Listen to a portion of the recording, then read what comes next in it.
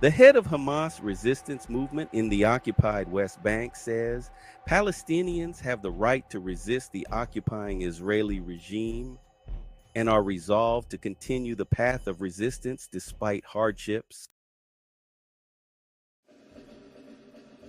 The Palestinian people have no other option but to resist, Zahir Jabaran told Al Jazeera on Tuesday. He added that the Palestinian people have proven that they don't care about Israeli threats, stressing that they won't surrender despite all the Israeli crimes. The Hamas official reiterated the Palestinians' right to resist the Israeli occupation by all means. Referring to the incursions into the Al-Aqsa Mosque compound by extremist Israeli officials, Jabaran described the situation as a religious war. He stressed that the major battle will be over Al-Aqsa Mosque and Al-Quds, noting that the Israeli plots against the holy site will fail. Let Israel's minister Itamar Ben-Gvir know that his fate will be like that of all the extremists who attacked our sanctities. Ben-Gvir's fate will be like that of Ze'evi, he said, in an apparent reference to Rehavam Ze'evi, an Israeli minister who was killed in 2001. On August 13, Ben-Gvir joined hundreds of settlers who intruded into the mosque compound in the occupied East Al-Quds. During his recent provocative visit, Ben-Gvir said that it was his policy to allow Jewish prayers on the Al-Aqsa Mosque compound, Islam's third holiest site, where only Muslims are allowed to pray under a status quo arrangement originally reached more than a century ago. This week, Ben-Gvir also revealed his intention to build a Jewish synagogue inside the Al-Aqsa Mosque compound. He said that if he could, he would build a synagogue on the Al-Aqsa Mosque complex. An Israeli minister's proposal to build a synagogue inside Al-Aqsa Mosque escalates tensions, warns the UN.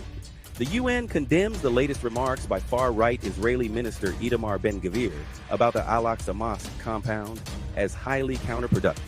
Jabaran urged Muslim scholars across the world to perform their duty to defend Al-Aqsa and Islamic holy sites.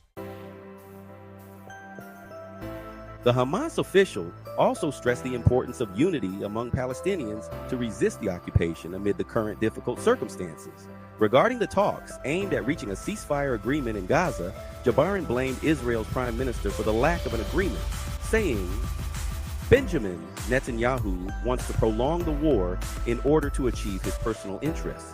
Netanyahu faces charges of bribery, fraud, and breach of trust in 3 cases filed in 2019. Jabaran's remarks came as negotiations were underway in Egypt to achieve a ceasefire in Gaza. Months of on-off talks have failed to yield an agreement to end Israel's genocidal war on the besieged Strip. Israel launched the war on Gaza on October 7th after the Palestinian resistance movement, Hamas, waged the surprise Operation Al-Aqsa Storm against the occupying entity in response to the Israeli regime's decades-long campaign of bloodletting and devastation against Palestinians. The regime's bloody onslaught on Gaza has so far killed at least 40,534 Palestinians, mostly women and children, and injured 93,647 others. 1,000 more are also missing and presumed dead under rubble. Since the start of Israel's aggression on the besieged Gaza Strip in October, the West Bank has also seen a rise in violence from Israeli forces and settlers that claim the lives of hundreds of Palestinians. Pro-Palestinian students at American universities are facing restrictions over speaking out against Israel's mass killing of Palestinians in the Gaza Strip amid the regime's ongoing brutal war. U.S. campuses adopted tough rules to restrict criticism of Israel's genocidal war on Gaza with the beginning of the first fall semester, after pro-Palestinian protests gained momentum throughout universities across the U.S. in the last academic year. This has caused widespread outrage on social media from students and supporters who perceive these recent moves as efforts to stifle the pro-Palestine student movement. In a post on X, the National Students for Justice in Palestine, SJP, student group said that the Secure Community Network SCN has held a round table with representatives from law enforcement agencies, including the FBI, to generate a list of 10 security recommendations for universities to quell pro-Palestine protests in the fall. The New York University ear, NYU. People's Solidarity Coalition also said in a post on its Instagram account, "It is clear universities across the city are communicating. Just as TNS, the new school, and NYU coordinated their sweeps of our encampments in May, they are losing control of the narrative and have decided to crack down on our online presence in an attempt to smother us rather than meet our demands." The latest development comes 2 days after Instagram banned the account of Columbia University's Students for Justice in Palestine, in yet another form of censorship by the US-based technology conglomerate Meta Platforms. The blocking of the group's account was the latest in a battle on Columbia's campus and on campuses across the US over free speech and Israel's genocidal war on Gaza. Columbia University's president resigned after facing extensive criticism regarding her management of pro-Palestinian protests on campus.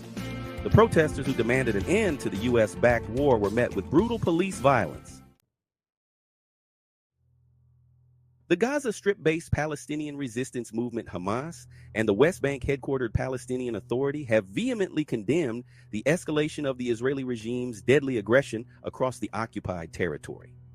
At least 11 Palestinians were killed on Wednesday after the regime began taking various areas throughout the territory, especially those lying in its northern parts, under intensified airstrikes and ground attacks. The regime's forces also engaged in a widespread campaign of arrests and systematic destruction of infrastructure across the targeted areas.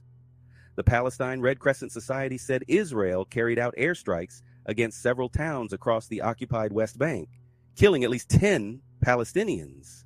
Hamas called the escalation a practical attempt by the terrorist occupation army to implement the plans of the extremist Zionist cabinet, adding that the Israeli forces were acting on the ideas expressed by the regime's fascist ministers.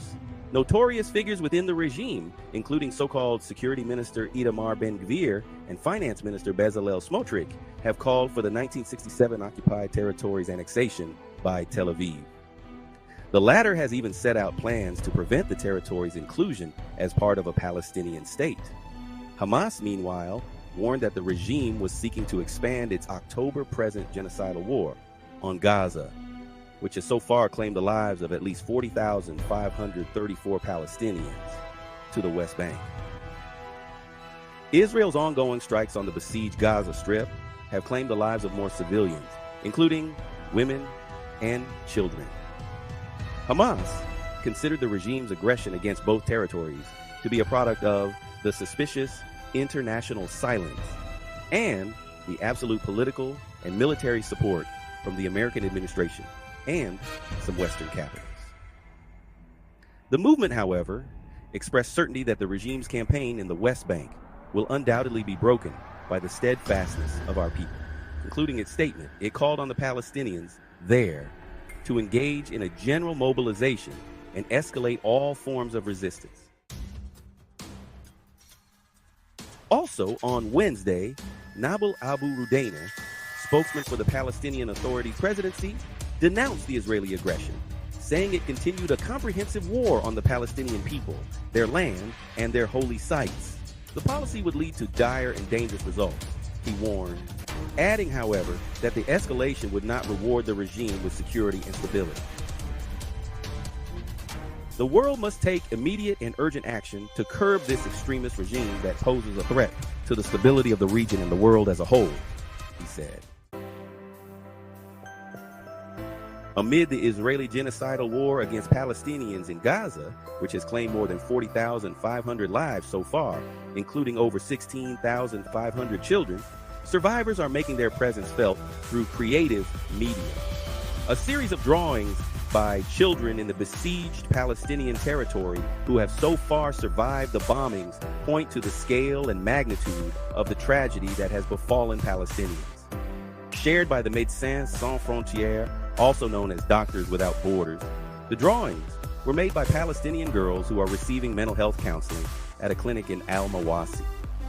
Al-Mawasi is a coastal town in the southern Gaza Strip, west of Khan Yunis City. Despite being designated as a so-called safe zone by the Israeli regime, the town has been relentlessly bombed by the regime. Drawings sketched by these children speak volumes of how people in Gaza have been traumatized by 11 months of genocidal war, which has obliterated every trace of humanity in the blockaded territory. The Israeli regime has been indiscriminately dropping bombs supplied by the United States on densely populated residential areas of Gaza, killing innocent civilians in daily massacres. Recently released data from the health ministry in Gaza reveals that the Israeli regime has killed at least 115 infants born during what is widely described as the bloodiest war of the 21st century. A total of 3,524 massacres have been committed by the occupation forces in the past 326 days, with thousands of people still trapped under the rubble and unaccounted for.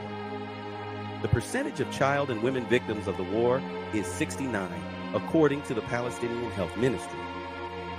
The number of children who have lost one of their parents in the genocidal war is 17,000.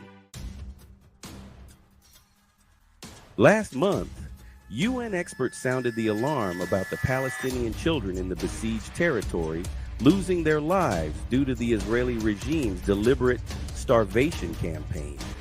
In a separate report, the United Nations Agency for Palestinian Refugees in June said an average of 10 children per day are losing one or both legs due to Israeli savagery in the Gaza Strip.